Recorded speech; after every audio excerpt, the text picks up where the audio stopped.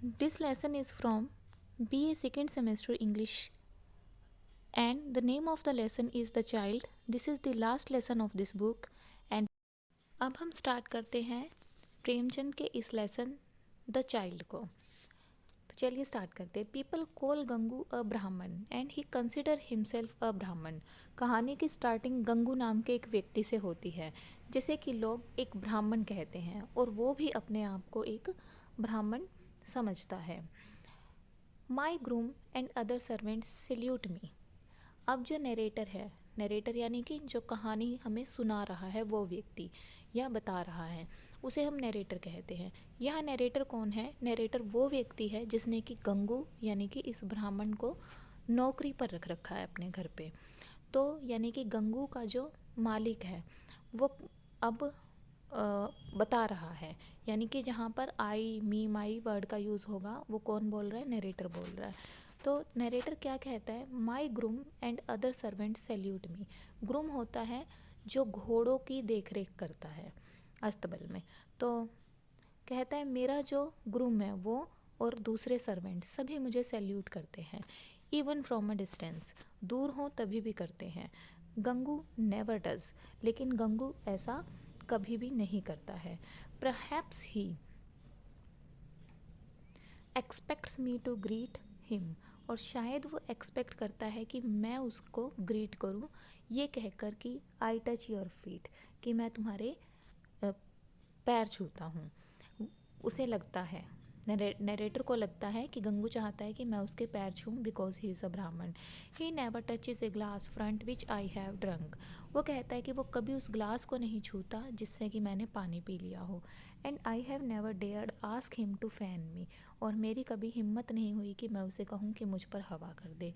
When I am drenched in sweat, जब मैं पसीने में बिल्कुल भीग जाता हूँ, ड्रेंच मतलब पूरी तरह से भीगना।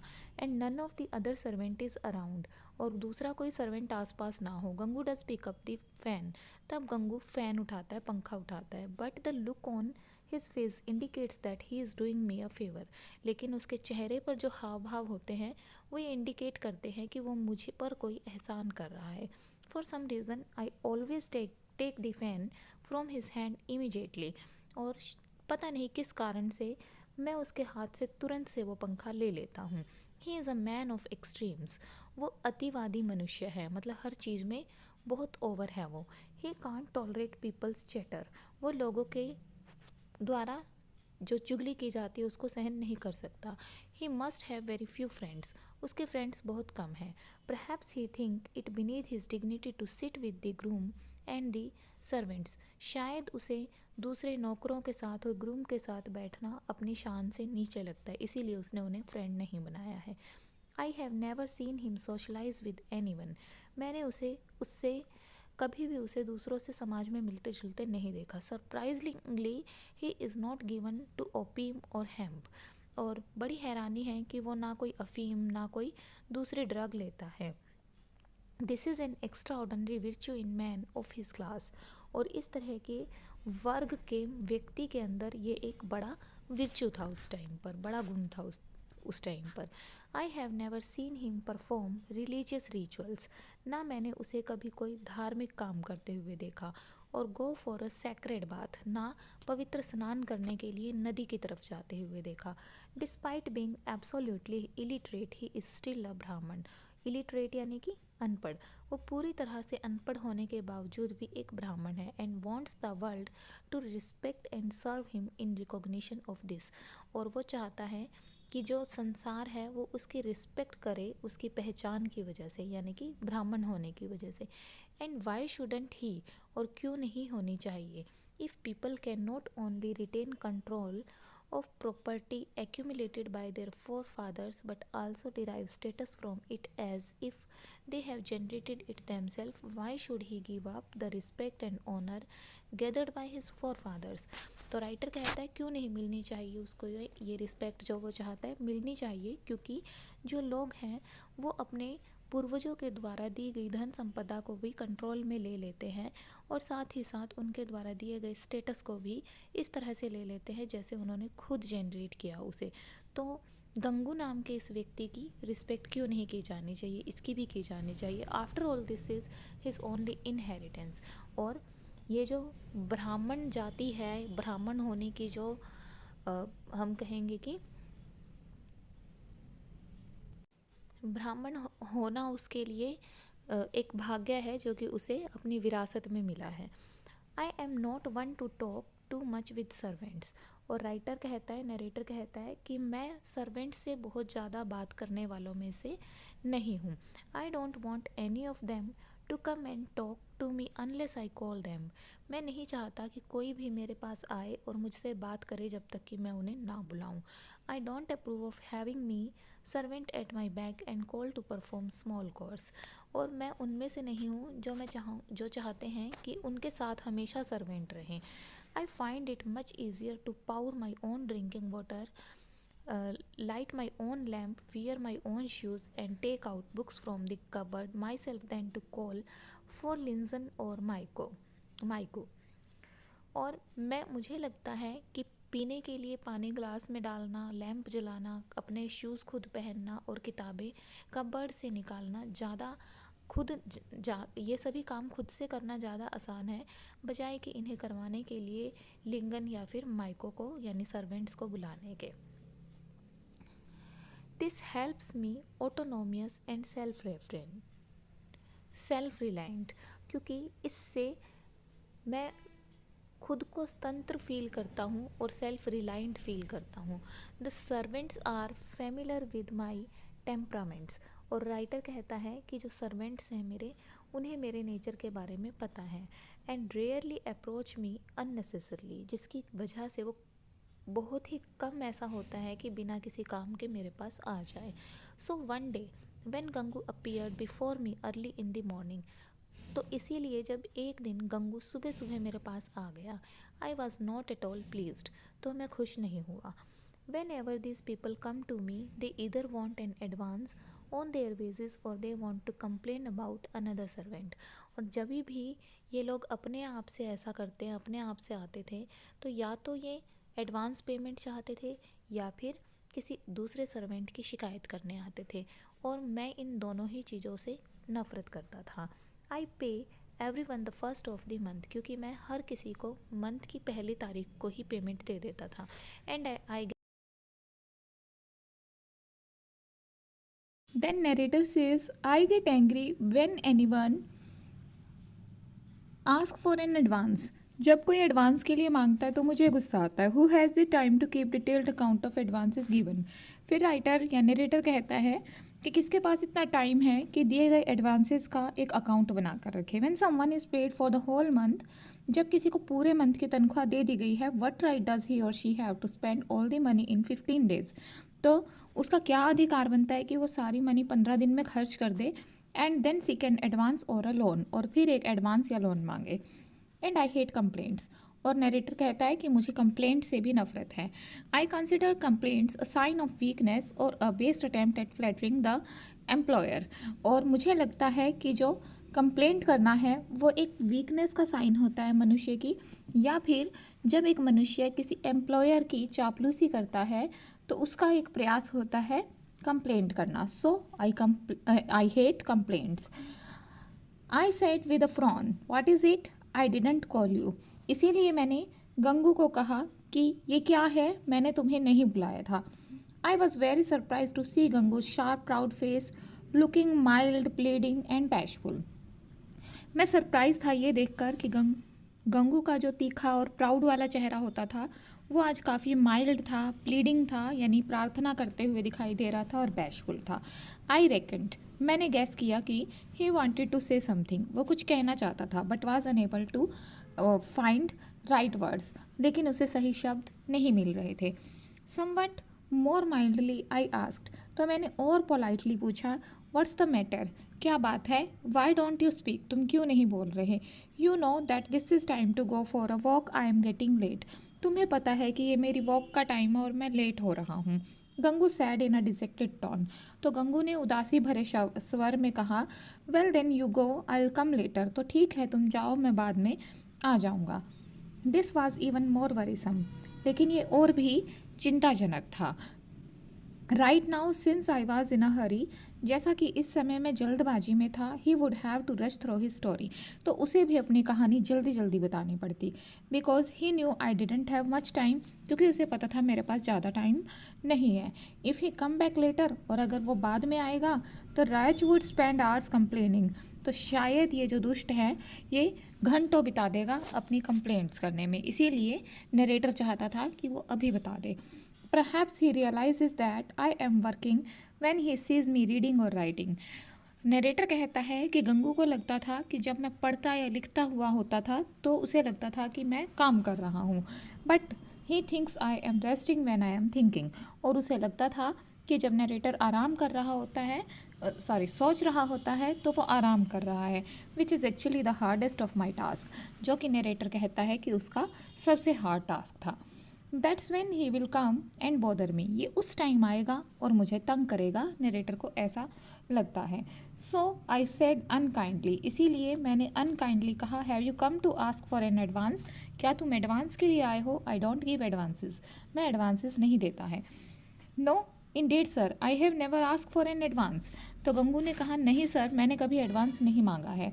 Then do you want to complaint about someone? I hate complaints, तो नरेटर कहते हैं, तो क्या तुम कंप्लेंट करने आए हो किसी की? मुझे कंप्लेंट्स अच्छी नहीं लगती। No sir, I have never complaint about anyone, तो कहता है, गंगू कहता है कि मैंने कभी किसी की कंप्लेंट भी नहीं की है। Gangu pulled himself together, Gangu ने अपनी तरफ खुद को खींच लिया। It was clear from his expression that he was summoning up his courage, और उसका एक्सप्रेशन देखकर साफ था कि वो साहस इकट्ठा कर रहा था कुछ कहने के लिए। फिर उसने हेजिटेट होते हुए कहा, please give me permission to leave, मैं जॉब छोड़ना चाहता हूँ। I want be able to work for you any more, और मैं अब और काम नहीं कर पाऊँगा। This was the first such proposal I had ever received, और नरेटर कहता है कि ये ऐसा पहला प्रपोजल था जो अभी तक मुझे मिला। My self respect was wounded, मेरी सेल्फ रिस्पेक्ट इससे घायल हुई थी। I consider myself an embodiment of humanness, क्योंकि मुझे लगता था कि मैं मानवता का बड़ा प्रतीक हूँ। I never speak sharply to the servants, मैंने कभी सर्वेंट से I never speak sharply to the servants, मैंने कभी सर्वेंट से शार्पली बात नहीं की थी। I try my best to keep my dominance sheet, और मैंने हमेशा अपना जो डोमिनेंस होता था, प्रभुत्व होता था, उसको ढककर रखने की कोशिश की। Why wouldn't I be surprised at this announcement, तो मैं इस अनाउंसमेंट पर सरप्राइज्ड क्यों ना होता। आई सेड स्टर्नली यानी कठोरता से, मैंने कठोरता से कहा, why what do you have to complain of, क्यों, क्या कंप्लेन करनी है तुम्हें? Sir, no one could be as good natured as you, नहीं, कोई भी इतना गुड नेचर नहीं हो सकता सर जितना कि आप हो, गंगू ने कहा। But things have so developed that I can not remain here any longer, लेकिन चीज़ें कुछ इस तरह से बदली है कि मैं और यहाँ काम नहीं कर सकता। I don't want anything to happen to give you bad name, क्योंकि मैं नहीं चाहता कि मेरी वजह से तुम्हें कोई बैड नेम मिले, कोई तुम्हारी कोई बदनामी हो। I don't want your reputation to be sullied because of me, और मैं नहीं चाहता कि तुम्हारी जो इज्जत है या रेपुटेशन है वो दागदार हो मेरी वजह से। This created a dilemma for me, इसकी वजह से मैं और ज़्यादा द्विधा में आ गया। The fire of curiosity grew fiercer, और जो मेरी उत्सुकता थी जानने की वो और बढ़ गई। Sitting down on a chair in the veranda as if making a concession, I said you are talking in riddles, मैं अब वेरेंडा में एक चेयर रखी थी उस पर बैठ गया, और जैसे तो कंसेशन यानी कि कुछ छूट देते हुए मैंने कहा कि तुम बड़ी पहेलियों में बातें कर रहे हो। Why don't you tell me clearly what the matter is, तुम मुझे साफ साफ क्यों नहीं बताते कि मैटर क्या है? Gangu said very humbly, Gangu ने बहुत ही हम्बली यानी पोलाइटली कहा, that women Gomti Devi who has just been thrown out of the widow home, वो महिला गोमती देवी जिसको कि अभी अभी विडो होम से बाहर निकाल दिया गया है, यानी विधवा आश्रम से। ही फेल साइलेंट, इसके बाद वो चुप हो गया। आई सेड इम्पेशेंसली, मैंने अधीरता से कहा, yes she is been thrown out, so what, हाँ उसे निकाला गया है तो क्या? What has she to do with your job, तुम्हारी जॉब से उसका क्या लेना देना? Gangu seem to throw a heavy burden of his head on the ground, I want to marry her sir, ऐसा लगा जैसे गंगू अपने सिर से एक भारी बोझ उतारते हुए कहता है कि I want to marry her sir, कि सर मैं उससे मैरिज करना चाहता हूँ। I gaped at him in amazement, gaped यानी खुले मुंह से देखना। मैंने अमेजमेंट से, हैरानी से उसकी तरफ देखा। दिस स्टूपिड ब्राह्मण with his old fashioned ideas, who has remained entirely untouched by the breezes of modernity, wants to marry that loose woman whom no decent man would allow inside his house. मैंने सोचा कि ये stupid ब्राह्मण, जिसके ideas यानी कि विचार बहुत ही ओल्ड फैशन है, who has remained entirely untouched by the breezes of modernity, breezes यानी हवा, modernity यानी कि आधुनिकता, जो कि आधुनिकता की हवा से पूरी तरह से अनटच रहा है, ये बेवकूफ़ व्यक्ति उस लूज करेक्टर वुमेन से शादी करना चाहता है जिसे कोई भी डिसेंट मैन, कोई भी अच्छा भला आदमी अपने घर में एंट्री नहीं देगा। Gomti had created much turbulence in our peaceful neighbourhood. Gomti ने हमारे शांत पास पड़ोस के अंदर उथल पुथल मचा रखी थी। She had come to the widows home many years ago. वो विडोज़ होम से काफ़ी साल पहले आई थी। The homes administrator had gotten her married 3 times, और होम के एडमिनिस्ट्रेटर ने उसकी 3 बार शादियाँ कराई। But each time she ran away in a fortnight or a months time, लेकिन हर बार वो एक रात में या एक मंथ में वापस आ जाती अपने घर। This time the head of the home had thrown her out, और इस बार तो होम के हेड ने ही उसे बाहर निकाल दिया था। She had rented a room in the neighbourhood and had become a source of entertainment for the dissolute man of locality, और अब वो हमारे पड़ोस में एक कमरा लेकर रहने लगी थी, और जो डिसोल्यूट मैन थे उनके लिए एंटरटेनमेंट का एक सोर्स बन चुकी थी। I was angered by Gangu simplicity but also pitied him, और मुझे गंगू की सिंप्लिसिटी पर गुस्सा भी आया लेकिन साथ ही साथ दया भी आई। Is this the only woman in the world this donkey can find to marry, और मैंने सोचा कि ये इस गधे को क्या पूरे वर्ल्ड के अंदर एक यही महिला मिली शादी के लिए। She has run away from 3 husbands, वो 3 husbands छोड़कर आ चुकी थी। How long will she stay with him, इसके साथ कितने दिन रहेगी। If he were a rich man it might be different, अगर ये थोड़ा अमीर होता तो कुछ हो सकता था। Perhaps she would have stayed for 6 months और अ ईयर, ज़्यादा से ज़्यादा ये 6 महीने या 1 साल रह लेगी। This fellow is as good as a blind man, ये व्यक्ति तो इतना अच्छा है जितने कि एक अंधा व्यक्ति होता है। They won't get along for even a week, और ये शायद 1 वीक तक भी इसके साथ नहीं टिक पाएगी। I said in a warning tone, मैंने उसे चेतावनी देते हुए कहा, do you know this woman's life story, क्या तुम्हें इस वुमेन की लाइफ स्टोरी पता है। Gangu said as if speaking of events he had witness with his own eyes, Gangu ऐसे बोलने लगा जैसे उसने सब कुछ अपनी आंखों से देखा हो। It's all lies sir, people have defamed her for nothing, ये सब झूठ है सर, लोगों ने इसे बिना किसी कारण से ही बदनाम कर रखा है। What do you mean didn't she run away from 3 husbands, तुम्हारे कहने का क्या मतलब है, क्या वो 3 husbands को छोड़कर नहीं आई। They threw her out, so what could she do, उन्होंने इसे निकाल दिया तो ये क्या कर सकती थी। What a fool you are, would any one travel such long distances and spend thousand of rupees to marry a woman just in order to throw her out, तुम कितने बेवकूफ़ हो, क्या कोई इतनी लंबी दूरी पार करके आएगा, इतने पैसे खर्च करेगा एक महिला से शादी करने के लिए, फिर उसे घर से निकाल देगा। Gangu said with deep emotions, Gangu ने बहुत ही इमोशनल होते हुए कहा, sir a woman can not live where there is no love, sir एक वुमेन वहाँ नहीं रह सकती जहाँ कोई लव ना हो। A woman wants more than food and clothes, एक महिला को कपड़े और खाने के अलावा भी बहुत कुछ चाहिए। She wants some love too, उसे कुछ प्यार भी चाहिए। Those people think they have done a widow a great favour by marrying her, इन लोगों को लगता है कि उन्होंने एक विधवा से शादी करके उसके लिए बहुत कुछ कर दिया। They want her to become theirs body and soul, इसके बदले वो चाहते हैं कि वो उनकी बन जाए। But to make another person one's own one has to first become the other person sir, लेकिन किसी व्यक्ति को अपना बनाने के लिए पहले दूसरे को उसका होना पड़ता है। दैट्स द थिंग, और ये होती है चीज़।